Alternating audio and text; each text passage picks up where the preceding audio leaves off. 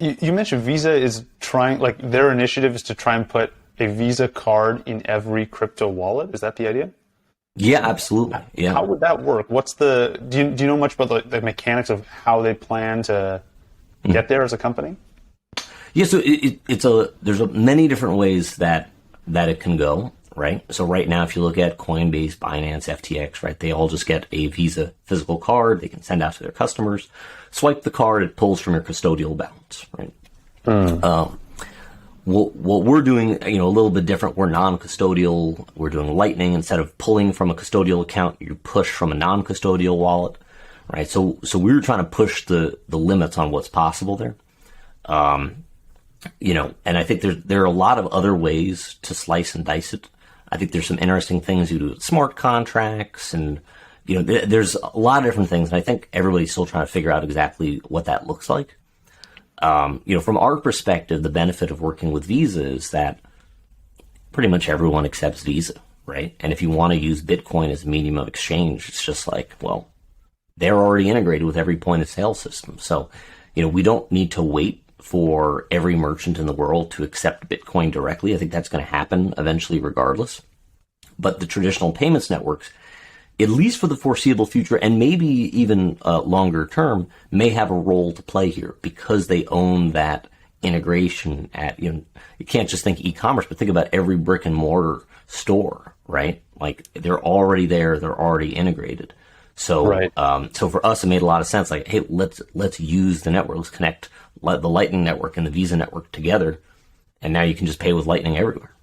Interesting. So for Visa in their business, is there any difference from accepting, like having someone who owns a card tied to a bank or tied to a custodial crypto exchange or tied to Moon?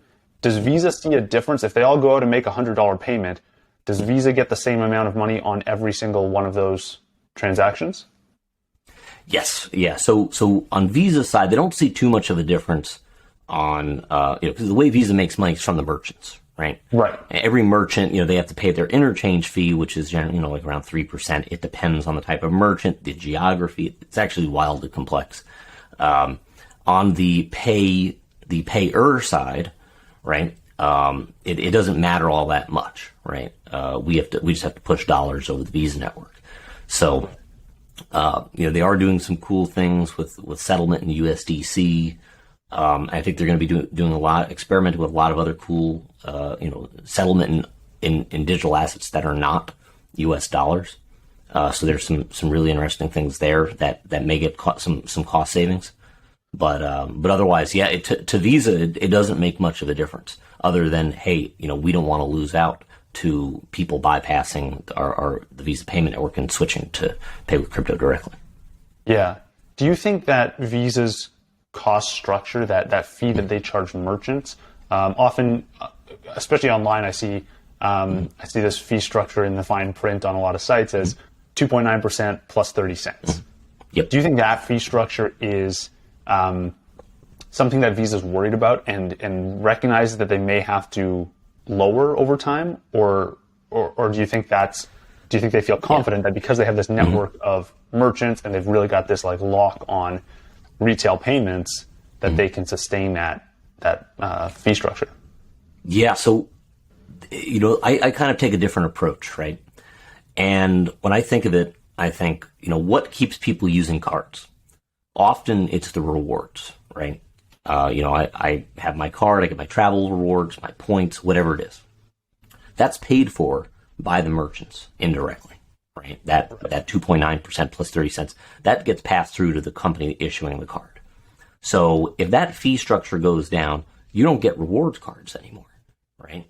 So it's kind of what happens in that circumstance. While it does kind of suck for the merchants to have to, cough up that 3%, for the consumer, it's like, well, that's why they're going to pick one card over another card often, right? So I think a lot about this and say, okay, well, say people switch to Bitcoin. A merchant says, all right, I'm gonna integrate with one of these payment processors, allows me to accept Bitcoin directly. I'll pay 1% or 0.5%, which I think is about the price that we see these days. What happens to cards, right? If the interchange fees get reduced and the rewards for cards get reduced, what does that look like? And then on the other side, if Bitcoin is competing with traditional payments rails, if you have to pay a fee to spend your own money, right? If you're making an on-chain payment, or even, Lightning, sometimes there's a small fee, but there is a fee, right? But you're used to getting 1% back or 1.5% back. It flips the economics. So from a consumer, often you are very much incentivized to spend a card because you are going to save money, right?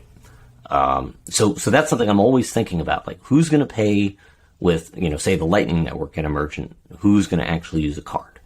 The cool thing about our solution is you get a little bit of both. You pay the Lightning to load a card, and then you spend the card, and we have the option to pass on rewards to the customer. Right. Now, do you think that maybe there's a world where merchants just have a lower price for items if purchased with Lightning, like where they can just say, listen, it's 3% off if you buy with Lightning, or on a small item, it could be 5% because that fixed component of Visa's fee eats into your margin at smaller costs. Yeah, I think the pandemic actually did a lot to help this movement. So what I noticed when the pandemic started was a lot of restaurants, you'd go in and they'd say, pay with cash, save 3%, right? I noticed that a lot, and I'm not sure if the laws around that changed. They may have. It used to be that you could not charge a different price for cash or credit. Like gas stations are allowed to charge a different price, cash or credit, but other merchants were not allowed to charge a different price. So if those laws change, I think you will 100% see that. I've been personally seeing it in my day-to-day life more and more. And it makes a lot of sense, right? Like, okay, you want to get your rewards, you're going to have to pay a little bit extra for the product. Yeah. I think I've noticed that in Europe, actually. That's some place, like I've been to a few, you go to little cafes in Europe and they're like, oh, it's $5, but if you got a card, it's $6. Or there's just a different fee associated. But that's interesting. Do you view Visa as a competitor at all? Or like, because I know you have this great relationship now where they give you access, as you mentioned, to all these merchants and you can kind of build this cool product. But at what point does that start to shift? Do you view them like as a means to get into Lightning? Do you think they serve a purpose for Moon past this first use case of like getting access to all these merchants? Is there a way to entirely sidestep Visa and kind of build your own native Lightning products? What are your thoughts on like the competitive dynamic there with Visa and that relationship? Yeah, I mean, I don't see us as competitive with Visa at all. We have a great relationship, and they're super excited about everything that we're working on. I think a lot of people in Bitcoin are like, oh man, screw Visa. We got to cut out Visa. They're crooks. They're taking everyone's money. They have built a very efficient like money printing machine, right? They're the gatekeeper, and they get their 3% on every card swipe. It's like, what an amazing business model, right? But they're trying to adapt. They're trying to learn. They're not, I think a lot of these larger companies, they learned the lesson of, Google displacing Yahoo. And, when all that disruption that happened, they're trying to disrupt themselves, And I think that's what you've seen, pretty much over the past year. Every major company is now like, they have a crypto thing. They've got a Bitcoin thing. I mean, they're doing NFTs and stuff, which is like completely bonkers. 20 years ago, I don't think any company would be adapting to change so quickly. So when I look at Visa, I see, a company that's like looking to embrace change. And they want to maintain relevancy. I think they bring a lot to the table because they have the relationships. They have these integrations already. And they work with government, like every government in the world, right? They have to manage all the different relationships, the regulations, and things like that. So they bring a lot of value. I think you could say, okay, Visa is competing with the Bitcoin network itself, but in the end, I think they're going to be complementary as opposed to competitive. I think there's definitely a place for Visa, MasterCard, Amex to, be a layer in the payment stack, or be a provider where, good luck. How many years is it going to be until you get every mom and pop shop to accept Bitcoin directly, right? And how long is it going to be, how are they going to figure out, is it going to be Bitcoin? Is it going to be this crypto? Is it going to be this? Is it stablecoin, CBDCs? There's going to be so much going on there.